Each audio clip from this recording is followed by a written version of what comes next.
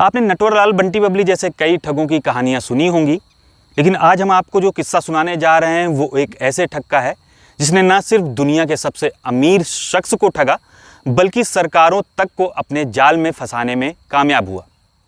नाम आरिफ नकवी। पाकिस्तान के कराची में पैदा हुआ Arif London school of economics में एडमिशन लेता है और दुनिया के सबसे अमीर लोगों के सामने इन्वेस्टमेंट का ऐसा आइडिया रखता है कि बिल गेट्स और गोल्डमैन सैक्स के सीईओ रहे लॉयड ब्लैंकफिन के साथ साथ अमेरिका के पूर्व राष्ट्रपति बराक ओबामा तक उसके झांसे में आ जाते हैं। अब ये सब आरिफ ने कैसे किया बताते हैं। जो कहानी आगे हम आपको सुनाने जा रहे हैं, दरअसल वो साइमन क्लार्क और विल लाउच ने अपनी किताब the key man the true story of how the global elite duped by a capitalist fairy tale में लिखी है। इक्विटी फर्म अबराज ग्रुप के प्रमुख आरिफ ने कथित रूप से निवेशकों को इम्पैक्ट इन्वेस्टिंग का लॉलीपॉप देकर उनसे अरबों हड़पे। इसके बाद उसने कंपनी के फंड से $780 मिलियन निकाल भी लिए, जिनमें से $385 मिलियन का कोई भी हिसाब किताब नहीं है। अब अगर आरोप साबित होते हैं तो आरिफ को करीब 291 साल की सज़ा हो सकती है। आरिफ का खेल कैसे शुरू हुआ? आरिफ ने साल 2003 में एक प्राइवेट इक्विटी फर्म बनाई। दावा किया कि इन्वेस्टर को रिटर्न मिलने के साथ साथ गरीबों की भी मदद होगी। गरीबों की मदद की बात कहकर उसने शुरुआत में ही मिडिल ईस्ट की सरकारों और कई बड़े राजघरानों और बिजनेसमैन से $118 मिलियन इकट्ठा कर लिए।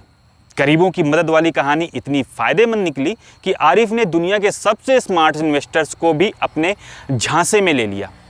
साल 2010 में अमेरिका में हुए एक शिखर सम्मेलन में बराक ओबामा ने आरिफ को भी न्योता दिया। यही नहीं, अमेरिकी सरकार ने आरिफ को इसके बाद $150 मिलियन भी दे दिए।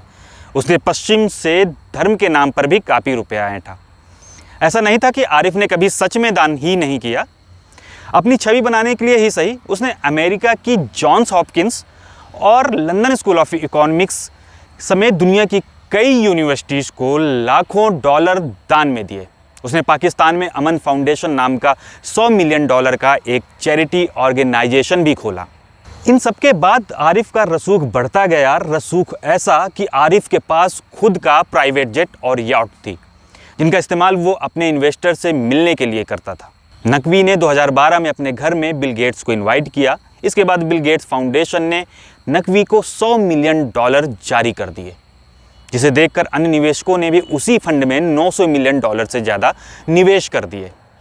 अब सवाल ये उठता है कि जब आरिफ को पैसा मिल ही रहा था और वो चैरिटी भी कर रहा था, तो वो ठग कैसे हुआ? नहीं, सच सिर्फ यही नहीं है, चैरिटी के साथ और भी बहुत कुछ चल रहा था जो दुनिया को नहीं दिख रहा था। दुनिया को सिर्फ वही दिख रहा था जो आरिफ दिखाना चाह रहा था। अबराज ग्रुप 300 अलग अलग कंपनियों का एक जाल उलझा हुआ वेब जाल है। ये कंपनियां उन देशों से संचालित हो रही थीं जहां टैक्स बहुत ही कम है और जिस अकाउंट में इमरजेंसी के लिए लाखों डॉलर होने चाहिए थे वो खाली रहता था। हर तिमाही के आखिर में जब रेगुलेटर्स को रिपोर्ट भेजनी होती थी तो अकाउंट में पैसा डाल दिया जाता था, उसके बाद काम होते ही उसे निकाल भी लिया जाता था। 9 जनवरी 2014 को अबराज ग्रुप के फाइनेंस डिपार्टमेंट की ओर से लेटर लिखकर बताया गया कि 15 जनवरी तक हमें $100 मिलियन का नुकसान होगा। इसी बीच गेट्स फाउंडेशन के फंड मैनेजर एंड्रू फार्नम को शक भी हुआ। उन्होंने सितंबर 2017 में ईमेल करके फंड से जुड़ा लेखा जोखा भी मांगा। मेल का लहजा तो विनम्र था, लेकिन नतीजे बुरे होने वाले थे। अचानक से एक दिन अबराज ग्रुप के निवेशकों के पास कंपनी के ही अज्ञात कर्मचारी का मेल पहुंचता है। ईमेल में लिखा गया था, सही सवाल पूछें और आपको जो मिलेगा उससे आप दंग रह जाएंगे। बस फिर क्या था, सब कुछ डहना शुरू हो गया। नाराज इन्वेस्टर अपना पैसा मांग रहे थे। इस दौरान भी अबराज ग्रुप नए फंड की जद्दोजहद में लगा हुआ था। अक्टूबर 2018 में द वॉल स्ट्रीट जर्नल में अबराज के कथित घपलों की पोल खोलता एक आर्टिकल पब्लिश हुआ, जिसमें बताया गया कि इन्वेस्टर के कम से कम $660 मिलियन बिना उनकी जानकारी के अबराज के छिपे हुए बैंक खातों में ट्रांसफ़र कर दिए गए हैं। 10 अप्रैल 2019 को आरिफ नकवी को लंदन से गिरफ्तार कर लिया गया। न्यूयॉर्क में उस पर केस चलाया जा सके, इसलिए उसके प्रत्यर्पण का भी आदेश दिया गया।